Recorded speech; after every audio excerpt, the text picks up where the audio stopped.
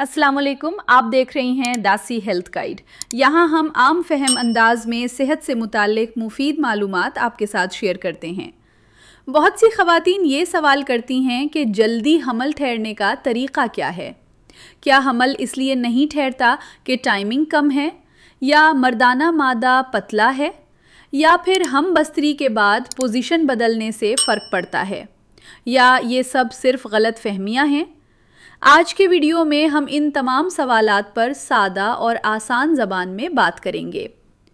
सबसे पहले ये बात समझना बहुत ज़रूरी है कि जो ख़वातीन हमल चाहती हैं उन्हें अपने माहवारी के साइकिल के बारे में मालूम होना चाहिए।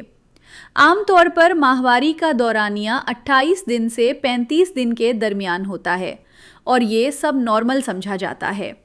किसी औरत को 3 दिन खून आता है, किसी को 5 दिन और किसी को 7 दिन। ये भी बिल्कुल नॉर्मल बात है।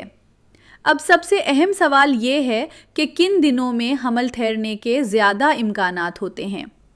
हमल के इम्कानात उन दिनों में ज़्यादा होते हैं जिन्हें ज़रखेज़ दिन, फर्टाइल डेज़ कहा जाता है। ये वो वक्त होता है जब औरत के जिस्म में अंडा तैयार होकर खारिज होता है। ये आम तौर पर साइकिल के दरमियान के दिनों में होता है, लेकिन हर औरत में उसकी तारीख़ एक जैसी नहीं होती। इसीलिए आम तौर पर ये मशवरा दिया जाता है कि साइकिल के दरमियानी दिनों में शौहर के साथ ताल्लुक़ रखा जाए, क्योंकि इन्हीं दिनों में हमल के इम्कानात ज़्यादा होते हैं। अब बात करते हैं कुछ आम गलत फहमियों की।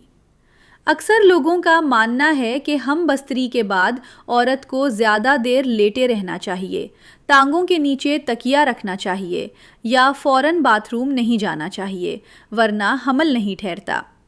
हकीकत ये है कि ये सब बातें हमल ठहरने या ना ठहरने का फ़ैसला नहीं करती।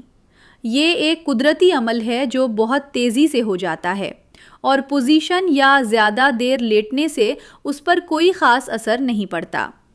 सफाई का ख्याल रखना बहुत ज़रूरी है, क्योंकि ज़्यादा देर गंदगी में रहने से ख़ारिश या इन्फेक्शन का ख़तरा हो सकता है, जो सेहत के लिए नुकसानदेह है। एक और आम सवाल टाइमिंग और मादे की गाढ़ापन के बारे में होता है। कुछ लोग समझते हैं कि अगर टाइमिंग कम हो या मादा पतला हो तो हमल नहीं ठहरता।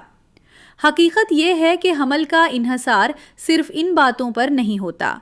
मादे की असल कैफियत और ताकत सिर्फ तिब्बी टेस्ट से ही मालूम की जा सकती है। आँख से देखकर उसका अंदाज़ा नहीं लगाया जा सकता। अहम बातें ये हैं: ज़रखेज़ दिनों का ख्याल रखना, ज़हनी दबाव कम करना, शौहर और बीवी का बाहमी इत्मीनान, सेहतमंद तर्ज़े ज़िंदगी अपनाना। उम्मीद है कि आज की वीडियो से आपकी बहुत सी गलत फहमियाँ दूर हो गई होंगी।